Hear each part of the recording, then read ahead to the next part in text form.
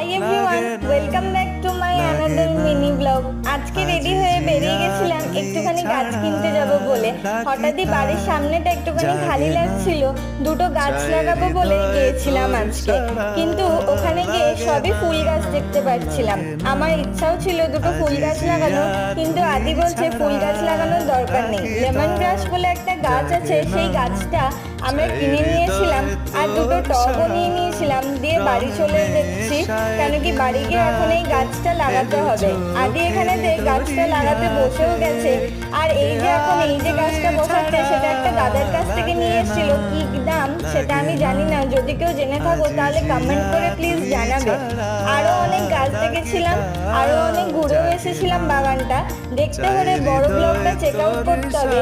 আর মা করেছিল নীলের উপোস, সেই সব কিছু জানার জন্য আমার চ্যানেলটা চেক আউট করে দেখতে হবে। এই ব্লগটা এত দূরই।